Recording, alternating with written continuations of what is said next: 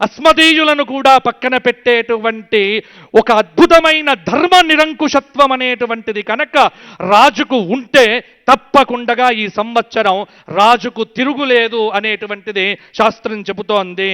అతిచారగతే జీవే వక్రస్తాపి శనైశ్చర హాహాకారం జగత్సర్వం దుర్మిక్షం ప్రేతరాట దిశి. గురువు అతిచార కాలంలోనే శని వక్రీ అవుతున్నాడు. ఇక్కడ రాహుకేతువుల యొక్క కలయిక.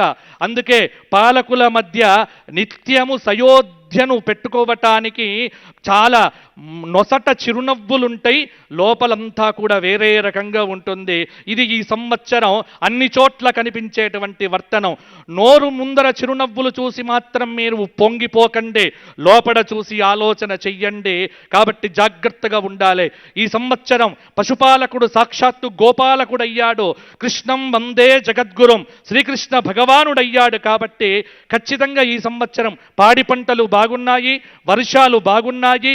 ధరల గురించి మాట్లాడితే ఈ సంవత్సరం కుజుడు మంత్రయ్యాడు.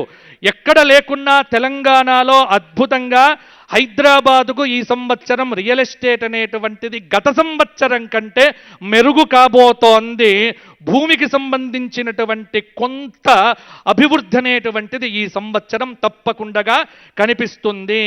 ఎక్సెస్ మనీ ఉన్నటువంటి వాళ్ళే భూమి కొనుక్కోండి తప్ప రుణాలు చేసి భూములు కొనుక్కోవడం మాత్రం మంచిది కాదు అనేటువంటిదే పంచాంగం చెబుతోంది.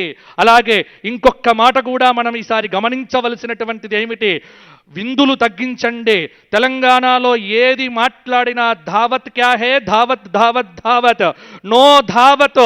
ధావత్తులు వద్దు, అందరు ఇంట్లో తినండి, చక్కగా ఉండండి. ఎందుకంటే ఈ సంవత్సరము విపరీతమైనటువంటి రేట్లు పెరుగుతాయి, ధరలు బాగా పెరగవచ్చు. బంగారం అనేటువంటిది పెరగటం అనేటువంటిది శాస్త్రరీత్యా లోకానికి నాశనమే. కాబట్టి షేర్స్లో ఎవ్వరు పెట్టుబడులు పెట్టకండి, దేని మీద పెట్టుబడులు పెట్టకండి. 10 రూపాయలు మిగిలితే మీ బ్యాంకులో క్యాష్గా దాచిపెట్టుకోండి తప్ప ఇంకా ఖర్చులు అదుపులో పెట్టుకున్న వాడికే ఈ సంవత్సరం బాగుంటుంది అని మనకు చెబుతోంది. కాబట్టి ఇక ఈ సంవత్సరం నాకున్నటువంటి సమయాన్ని ఇక 12 రాశుల వారికి 10 నిమిషాల్లో ముగిస్తాను. ఎందుకంటే నాకు 28 నిమిషాలు 26 నిమిషాలు ఇచ్చారు. నేను ఎంతైనా చెప్పగలను, కానీ ఉన్న సమయాన్ని పెద్దల యొక్క విలువైన అమూల్య సమయాన్ని పట్టుకొని నేను చెబుతున్నాను. ఇప్పుడు మేషాది 12 రాశుల వారికి రాశి ఫలితాలు ఏమిటో చెప్పి నా పంచాంగ శ్రవణాన్ని ముగిస్తాను. ఉగాది అంటేనే పంచాంగం కాబట్టి కొద్దిగా ఓపిక పట్టండి దయచేసి. మేషం 4 అశ్విని 4 పాదాలు, భరణి 4 పాదాలు, కృత్తిక 1వ పాదం. ఆదాయం 11, వ్యయం 5, రాజ్యపూజ్యం 2, అవమానం 4. మేషరాశి వారికి ఈ సంవత్సరము 70% అనుకూలత, 30% ప్రతికూలత. కాబట్టి డబ్బులు పొదుపుగా వాడుకోవడం మంచిది. మేషరాశి వారికి చెప్పాల్సిన మెయిన్ విషయం ఏంటంటే ఖచ్చితంగా ఎవ్వరి దగ్గర కూడా మధ్యవర్తిత్వ సంతకాలు పెడితే మాత్రం మీరు పోయినట్టే లెక్క. కాబట్టి మధ్యవర్తిత్వాలు చెయ్యకండి, కాపాడుకునే ప్రయత్నం చెయ్యండి.